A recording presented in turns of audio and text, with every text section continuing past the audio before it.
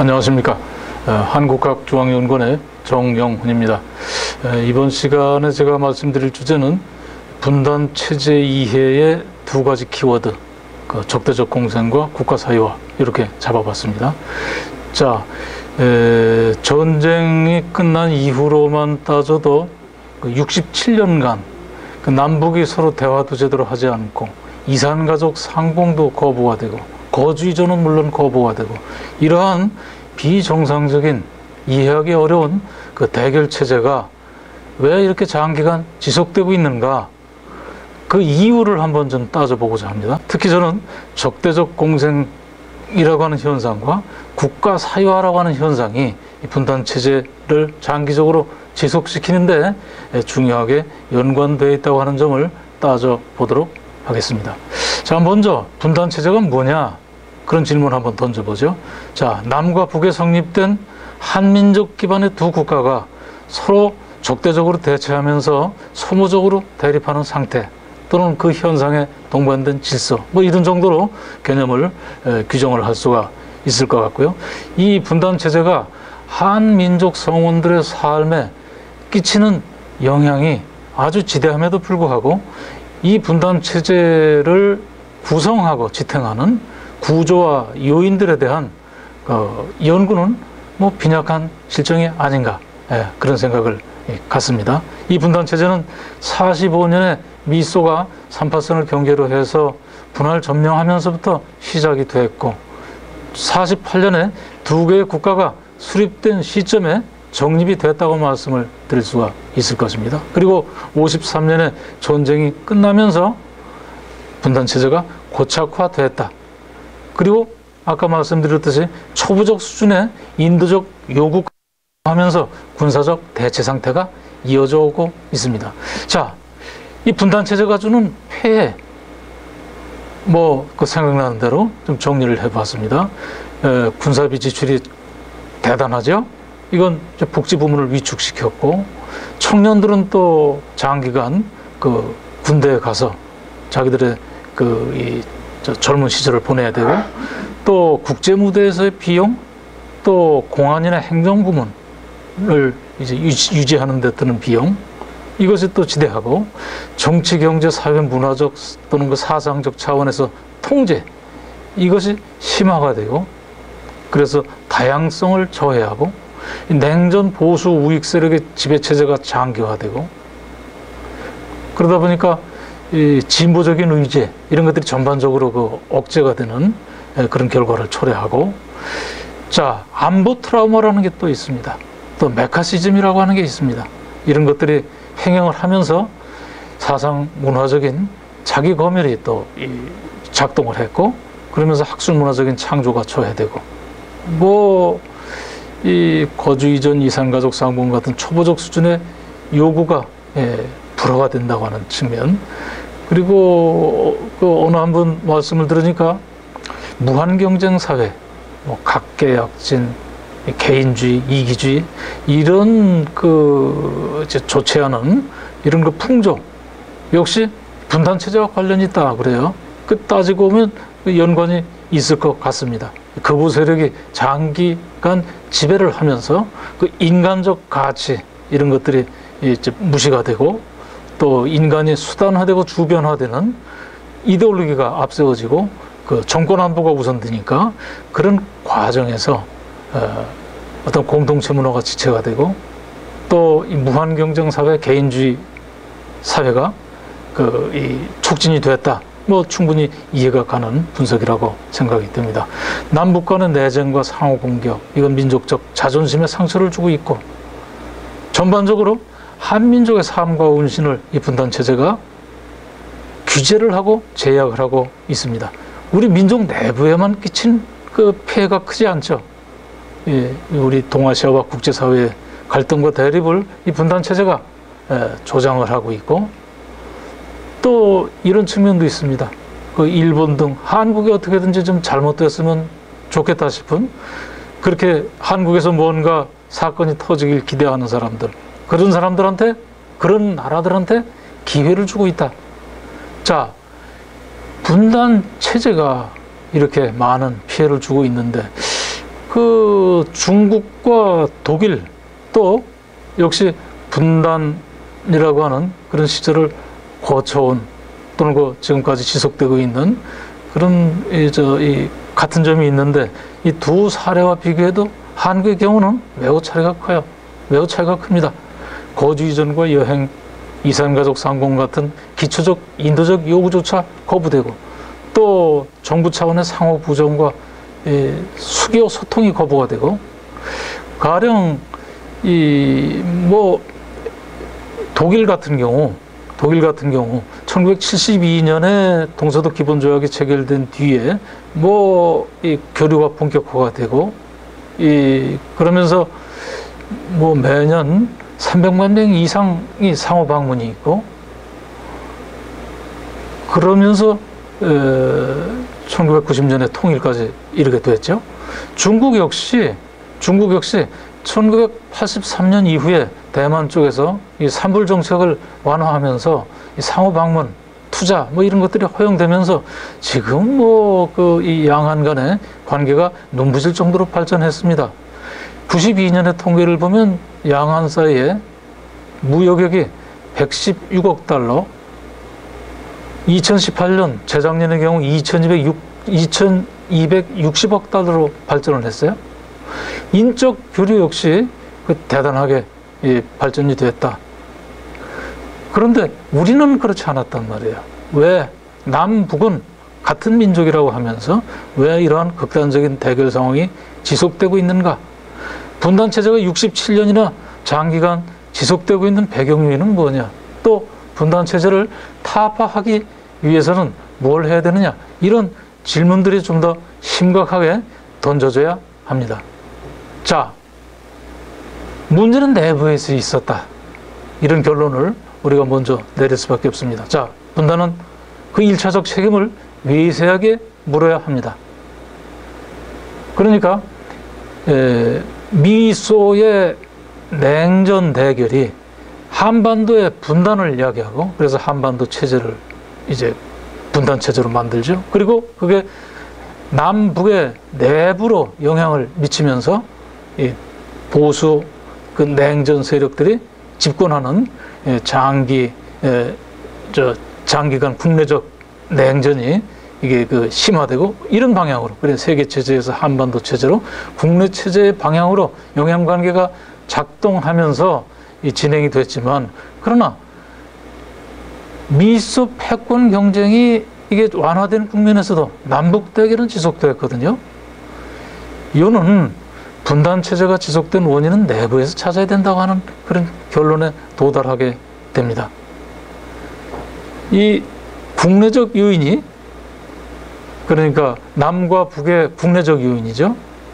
그것이 한반도 차원의 분단과 대립을 이것이 영향을 주고 격화시키는 그런 방향으로 이제 전환된 그런 양상들을 우리가 자주 살필 수가 있었습니다. 문제의 핵심은 분단 체제를 유지하는 것을, 분단 체제 유지를 지향하는 힘이 그를 타파하려는 힘보다 컸다는 데에 이 분단 체제가 장기화된 원인을 찾을 수가 있는데, 자, 여기서는 분단 체제의 구조를 좀 더 분석적으로 살펴보시죠. 인적인, 제도적인, 문화적인, 그리고 경제적인 여러 분단 체제를 지탱하는 요인과 국제 환경이 유기적으로 결합해서 이 분단 체제가 장기간 지속되는 그런 이 구조를 이루었는데, 먼저 인적 요소를 좀 살펴보도록 하겠습니다. 말하자면 분단 체제가 지속되는데 관여한 사람들의 측면이죠. 이것도 여러 가지로 좀 나눠서 분석적으로 살필 필요가 있습니다. 하나는 최고 통치자의 수준, 또 하나는 분단을 관리하고 그리고 분단의 이익을 분점하는 이익 분점 동맹의 측면, 그리고 대중적 측면, 또 대한 세력의 측면, 이런 여러 측면으로 나눠서 살핀다 할 때, 자, 최고 통치자의 측면, 이 분단과 전쟁을 주도했던 집권자와 그 후계자가 오랜 기간 남과 북을 지배했죠. 또 또 분단을 관리하고 이익을 분점하는 이 각 방면에 연대가 있었습니다. 정당, 군부, 공안, 또 검찰, 법원, 언론, 관료, 학계, 또 시민단체 체계까지 여러 방면에서 이 분단 체제를 관리하고 이익을 공유하는 어떤 카르텔이 존재했다.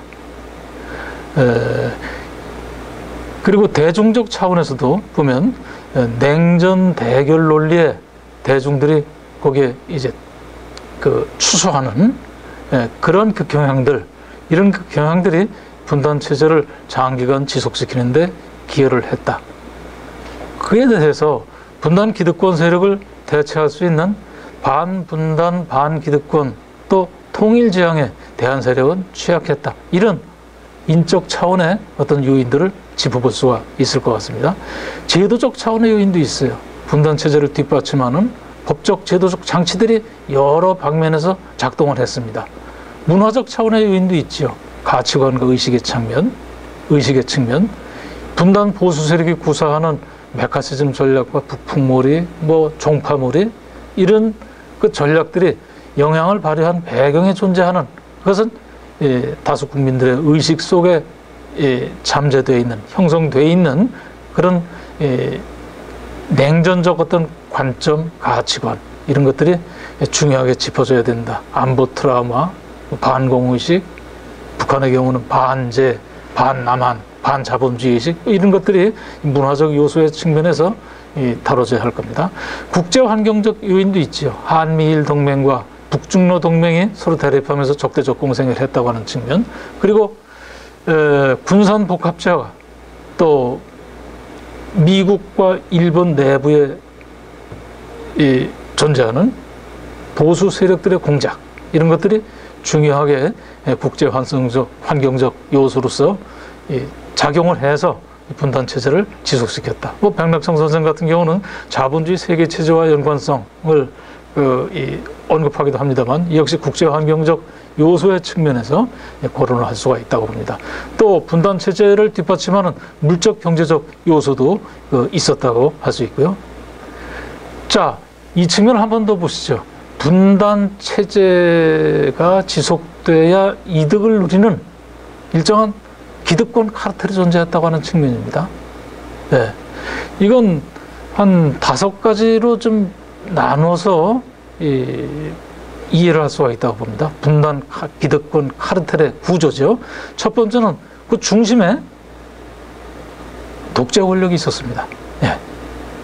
이 독재 권력은 전쟁을 거치면서 정적을 제거하고 권력을 강화하고 국가를 사유화해 갔습니다. 이승만, 박정희, 전두환, 김일성 일가. 북한의 경우는 그 세습 권력이 유지가 됐죠. 자, 두 번째로는 분단 체제를 관리하고 또 강화하기 위해서 충원되고 양성된 사람들, 이걸 또한 부류로 또 우리가 분석을 해줘야 됩니다. 군 정부기관, 공안기관, 선전기관, 이런 데 종사하는 사람들. 이 그룹은 중앙 권력에 의해서 직접적으로 지휘 통제를 받으면서 분단 체제에 기능적으로 본무하는 그런 역할을 하고 있고요. 자, 그 외곽에 분단 체제의 이해를 같이 하는 사회 각 부문의 어떤 암묵적 연대가 존재한다고 봅니다. 보수 정당, 검찰, 법원, 언론, 관료, 종교계, 학계, 또 시민단체 체계까지, 이런 그 남과 북 사회의 상층의 엘리트 그룹들이 바로 이러한 그 중앙 권력으로부터는 상대적으로 자율성이 있지만은, 그러나 전반적으로 냉전 체제, 분단 체제와 가치와 이익을 공유하면서 반냉전 세력의 도전, 냉전 해체 세력에 그런 시도에 대해서 이 반대 방향에서 작동을 했다. 그리고 네 번째로 지적할 게 이제 외부의 지원 동조 세력이 있었다고 하는 점. 이건 아까 말씀드린 거. 그리고 미국의 분산 복합체. 이 외부의 지원 동조 세력은 이건 정치적 차원에서 이득을 얻는 그런 측면을 이야기했다면, 미국의 분산 복합체는 이거는 그 경제적 차원의 이득을 보는 챙기는 그 그룹이죠. 그래 이 무기 수입액이 50억 달러가 몇 년 전에, 지금은 더 아마 늘어난 걸로 그래 알고 있습니다만, 그 리베이트를 이제 그 보수 권력하고 공유 분배한다고 하는 그런 의심이 계속 제기됐었습니다. 자, 이런 질문도 해보죠. 분단 권력이 지배를 지속하기 위해서 어떤 전략과 행태를 보였는가 하는 겁니다. 여러 가지가 지속될 수가 있습니다. 안보를 정치적으로 이용했다, 반대자를 억압하고 배제했다, 또 상대를 악마화했다, 그리고 저항 세력을 적과 내통한 간첩으로 규정해서 제거했다, 그리고 이데올로기를 조작해서 그 민족과 통일을 독점하고 지배를 미화했다, 또 지속적인 정보 통제와 사상교육, 역사교육과 진실은폐도 있었어요. 또 냉전 분단에 기여한, 그걸 주도한 그런 지도자를 우상화시키는 그런 일들도 했고, 또 중요한 것은 통일 논의를 독점하고 통일에 대한 다른 상상력을 억압했다. 그리고 군을 사병화했다. 그리고 앞으로 얘기할 적대적 공생이라고 하는 그 하나의 행태 또는 전략도 지적을 해야 되고요. 물론 경제 개발이나 또는 복지 제공과 같은 어떤 적극적 지배 전략도 구사를 했죠. 그리고 그런 측면에서 본다면 남쪽의 분단 권력은 그 경제 성장이나 빈곤 해소라고 하는 그런 차원에서는 일정한 성과를 거두었다고도 평가할 수 있을 것입니다. 자, 이러한 분단 체제 하에 남북의 국가는 분단과 전쟁을 주도한 세력이 장악을 했었습니다. 권위주의 통치자는 국가를 사유화해서 자신의 취향과 권력력을 위해 봉사하게 했습니다. 국가를 장악한 세력은 국가의 절대성을 부각시켜가지고 국가주의를 조장하면서 자신들의 지배를 국가가 지배하는 것으로, 국가를 위한 것으로 포장을 하기도 했습니다. 자, 좀 본론으로 돌아가서 우리 67년간 분단 체제가 지속되고 있는 현상을 설명하는 두 개의 키워드로 적대적 공생과 국가 사유화를 말씀을 드렸습니다. 먼저 적대적 공생에 대해서 좀 살펴보도록 하겠습니다.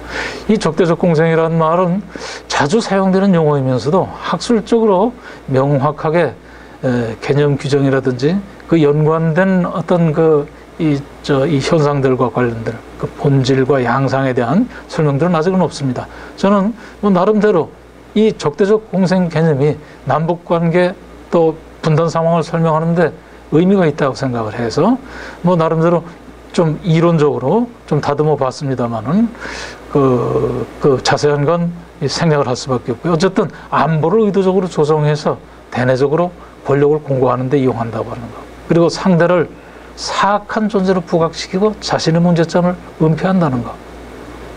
또 심지어는 서로가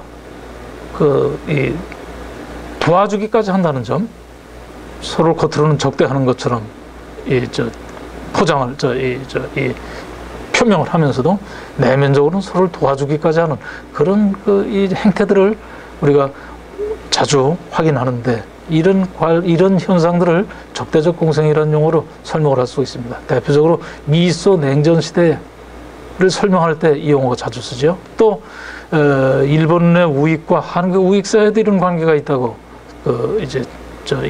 설명을 하는 사람도 있고, 그리고 북한의 극좌 세력과 한국의 보수 냉전 세력, 또 일본의 극우 세력 및 미국의 보수 매파 세력들 사이에도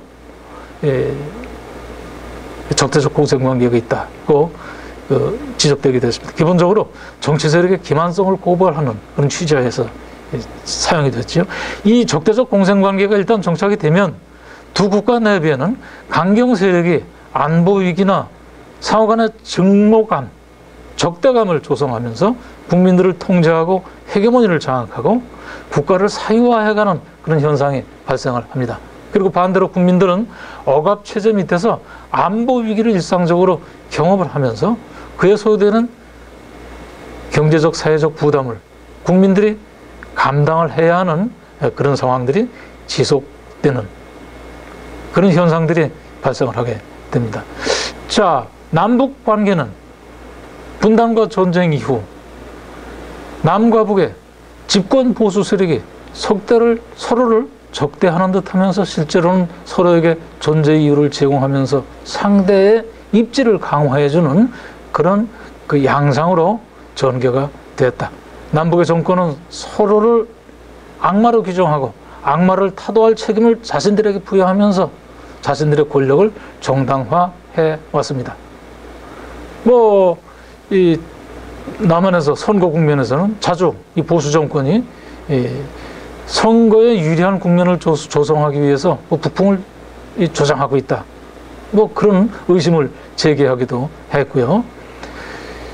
남북의 정권은 서로를 비민주적이고 반인권적이고 반민족적이라 규탄합니다. 그런데 남북의 정권은 상대편 내부가 민주화되고 또 경제적으로 또 성공하고 그래서 이 권력이 주민들로부터 지지받고 이런 상황을 원치 않았다는 거죠.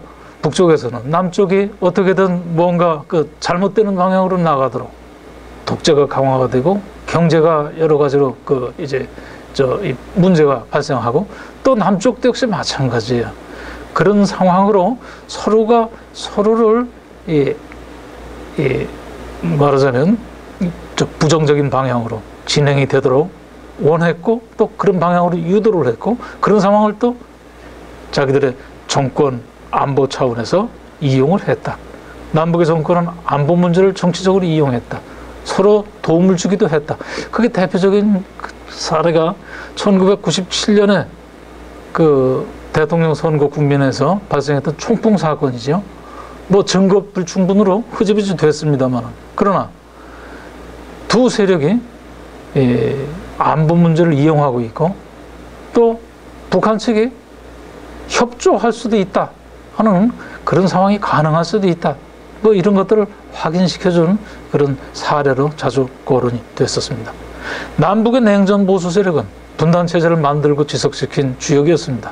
남북의 국가를 장악하고 서로를 악마로 규정하면서 실제로는 서로를 도와주고 공생했습니다.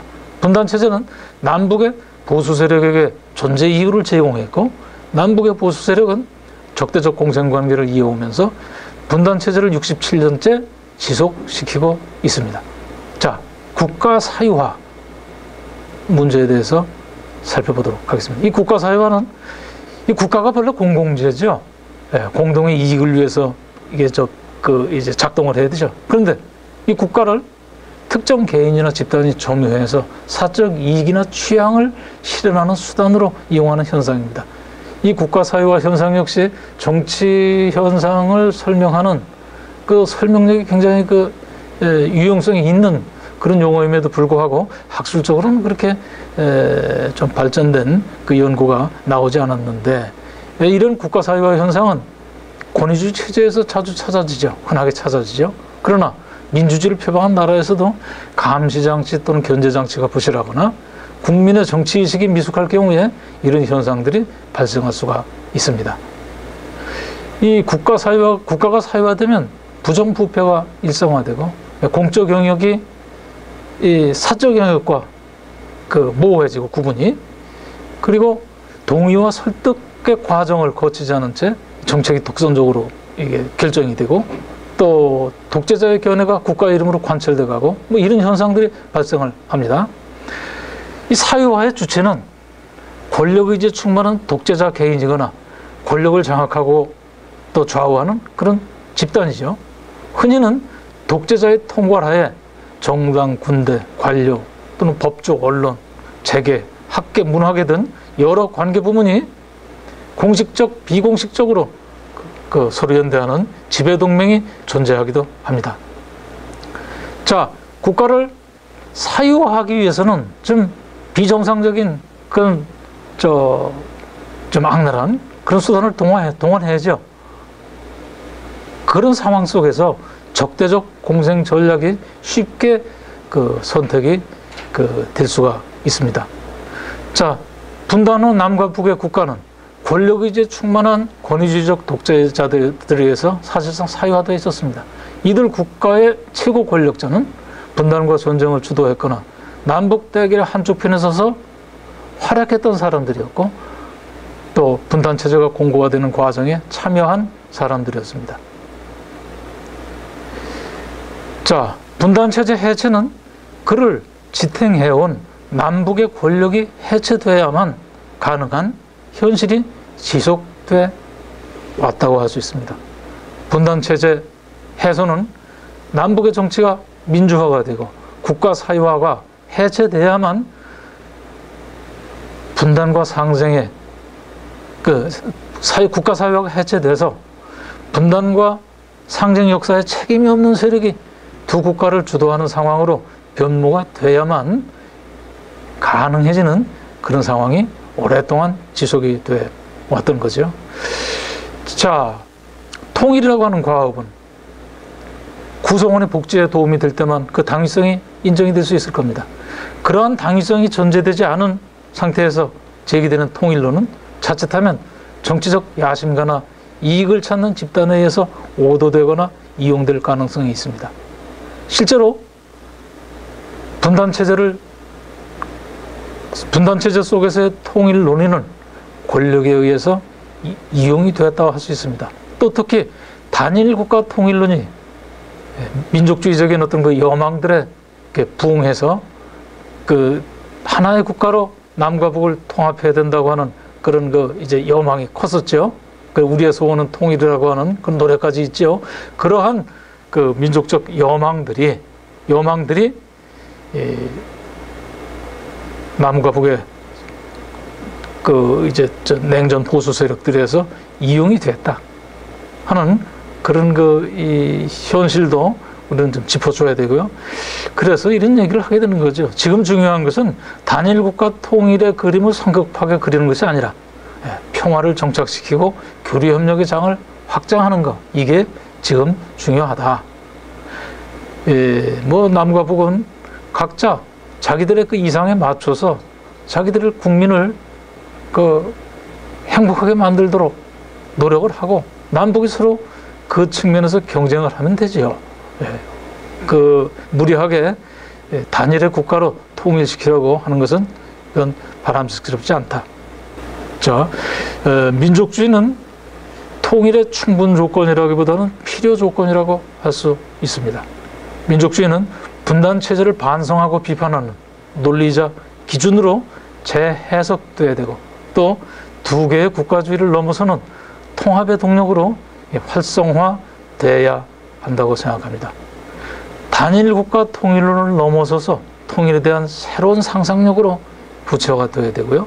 또 민족 공동의 정체성과 동질성을 확인하고 확장하는 그런 역할도 민족주의의 부여가 되어 있다고 생각을 합니다. 이 지점에서 그 통일 공간에서 민족의 분단과 또 전쟁을 막고 또 평화를 이뤄내기 위해서 통일 민족주의자들이 제기했던 여러 가지 대안들을 좀 다시 한번 되돌아보고 거기에서 지혜를 삼을 필요가 있지요. 가령 민족을 다른 어떤 사상이나 가치보다 우위에 두고 그 민족 중심적 사고에 기초해서 대립을 넘어서려고 한 그러한 어떤 관점, 그리고 특정 계급이나 세력이 독재하지 않는, 그러면서 초계급적 국가 모형을 통해서 통합을 도모하려고 했던 그런 관점, 그리고 민족 내부에 폭력을 거부하고 양보와 타협, 공존, 공영을 도모했던 그 화합지향적인 민족윤리, 그리고 미국과 소련 외세의 어느 일방에 의존하지 않는 민족 자주 노선, 또 민족 중립화 노선, 이런 관점들은 통일 문제, 분단체제 극복이라는 과제와 관련해서 오늘날 우리가 하나의 의미 있는 지혜로서 참고해야 된다고 생각합니다. 이런 통일 민족주의자들의 노선과 행동 속에는 민족을 속여서 집권을 도모하는 그런 사심은 없었죠. 자, 분단 후 남과 북의 국가는 권위주의적 독재자에 의해서 사실상 사유화되어 있었습니다. 집권자는 분단과 전쟁을 주도했거나 남북 대결의 한쪽 편에 서서 활약했던 사람들이었습니다. 권력의 주변에는 분단이 유지 강화되는 데 이익을 같이 했던 제방면의 세력들이 기득권 동맹을 형성해서 권력을 나누어 갖고 있었습니다. 남북의 국가를 장악한 집단이 권력을 유지하고 강화하는 전략으로 손쉽게 채택한 전략이 바로 적대적 공생이었습니다. 국가 사유화라고 하는 현상은 적대적 공생이라고 하는 현상하고 표리의 관계를 이루면서 분단을 재생산하고 민족의 에너지를 소모시켜 왔다고 할 수 있습니다. 남북 국가의 지배 세력은 분단을 이용해서 권력을 유지하고 강화해 갔습니다. 모든 정책 결정에서는 정권 안보가 우선적인 고려사항이었고 민족이나 민주 또는 정의, 인민이나 혁명 같은 그런 대의 명분은 그 도구로만 활용이 되었다고 말할 수가 있습니다. 분단체제 해체는 그를 지탱해온 남북의 권력이 해체돼야만 가능한 현실이 지속돼 왔던 겁니다. 분단체제 해소는 남북의 정치가 민주화되고 또 분단과 상생 역사에 책임이 없는 세력이 두 국가를 주도하는 상황으로 변모되어야만 가능해진 겁니다. 분단체제를 고착화시킨 요인들을 어떻게 넘어설까 하는 것들은 또 다른 토론의 장에서 고민해야 할 주제인 것 같습니다. 다만 제가 보기에 최근의 상황 속에는 하나의 어떤 긍정적 변화가 만들어지고 있는 게 아닌가 하는 생각은 갖습니다. 촛불혁명 이후에 남쪽에서 전개되고 있는 일련의 정치 변화인데 최근 남쪽에서 전개된 촛불혁명은 남한의 국가를 냉전 권위주의 세력의 손에서 뺏어서 탈냉전 민주 세력에게 넘겨줬습니다. 권력이 완전히 진보 탈냉전 평화 세력에게 넘어온 것인지는 아직 여러 가지로 불확실하지요. 그러나 분단을 지탱해오던 적대적 공생의 한 축에 붕괴 조짐이 본격화하는 그런 조짐은 보이는 것 같습니다. 북한에는 아직 분단을 이용해서 국가를 사유화하는 세력들이 공고하며 국가는 그들에 의해 장악돼 있습니다. 남쪽에서 이 코로나 관련해서 어떤 지원을 해준다고 해도 북쪽이 안 받죠. 왜?